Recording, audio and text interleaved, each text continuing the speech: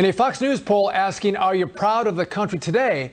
Only 39% say yes. But is it more about patriotism or the State of the Union? Joining me now is Republican Congressman from Kentucky, Andy Barr. Andy, thanks for joining me. You serve on one of the most powerful, I'd say the most powerful committee in the House, Financial Services. We served there together.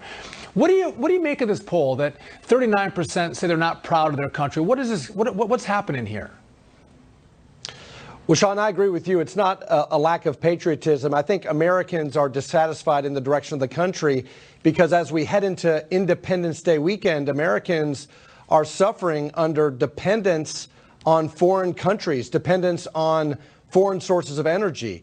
Americans understand, especially in the height of the summer months when they're traveling, when they're using the gas stations, filling up the car and the truck, going on vacations, they know that the average cost for a gallon of gasoline on the day that Joe Biden took office was $2.39.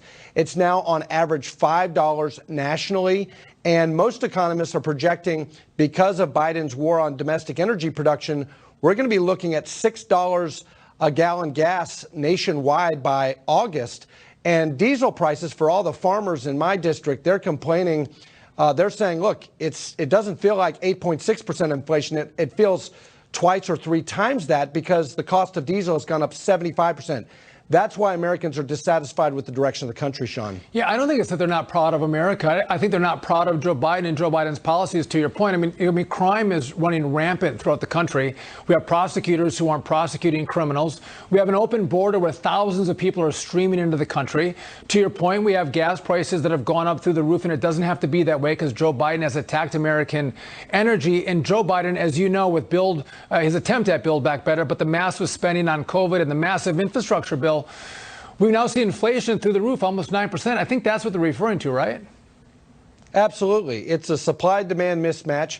Overspending created excess demand, and then they've constrained the supply of labor and energy. They constrained the supply of labor by paying people to not work. And this war on energy, Sean, is an all-of-government attack on the American energy sector. Yes, it's canceling the Keystone XL pipeline and other infrastructure projects. It's halting lease sales. It is holding up 4,400 drilling permits. It is frustrating new large-scale refinery construction.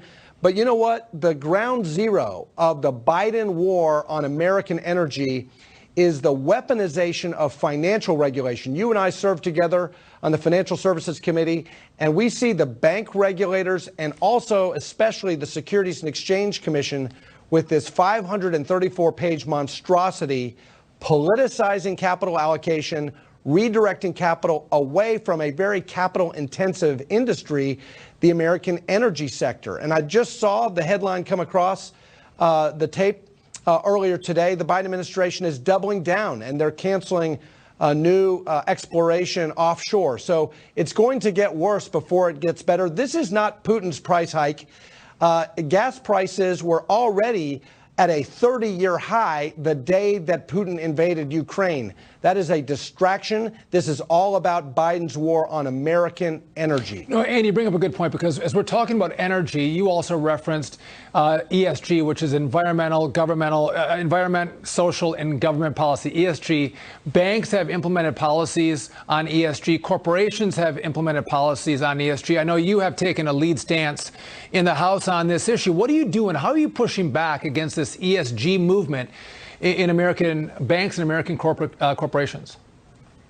Well, you're right. It started with the European financial sector and woke asset managers and banks on Wall Street. But the Biden administration is making it worse by pushing this regulation and policy that in effect requires public companies to disclose voluminous amounts of trivial and immaterial information that, frankly, investors don't want. And not only is it waging a war against the financing of American energy, and they need that in order to produce energy and beat this inflation, but it's also hurting investors. The job of the Securities and Exchange Commission is to protect investors. And this regulation by the Biden administration will hurt investors. Investing 101 is about diversification. They want to eliminate diversification in portfolios by taking all of the energy stocks out of your portfolio. That's insane. Discriminating against American energy. And ESG, these environmental social governance funds, they carry 43% higher fees.